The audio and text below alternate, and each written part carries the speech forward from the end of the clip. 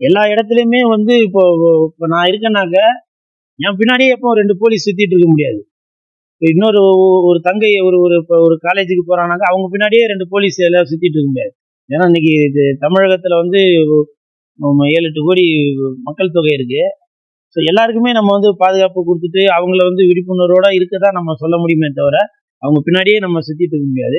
அதனால முடிஞ்ச வரைக்கும் குற்றங்கள் குறைவதற்கு பொதுமக்களாகிய நம்ம தான் அதை வந்து குற்றங்கள் நடக்காதபடி நம்ம நடந்துக்கணும். ஃபார் எக்ஸாம்பிள் பார்த்தீங்கன்னாக்க இப்போ முடிஞ்ச அளவுக்கு அந்த இருட்டான பகுதிகளில் லேடிஸ் அவங்கலாம் பெண்கள்லாம் போறதுக்கு கொஞ்சம் தவிர்க்கணும். அதே மாதிரி லேட் நைட்ல வர்றது, ஏன்னா இப்போ நம்ம எதனா ஒன்று சொன்னாக்க அதுக்கு ஒரு எதிர்ப்பு தெரிவிக்கிறதுக்கு ஒருத்தவங்க காத்துட்டு இருப்பாங்க. ஏன் 12 மணிக்கு நாங்கள் வெளில போகக்கூடாதா, எங்களுக்கு அதிகாரம் இல்லையா, எங்களுக்கு அது இல்லையா இது இல்லையா அப்படின்னாங்க.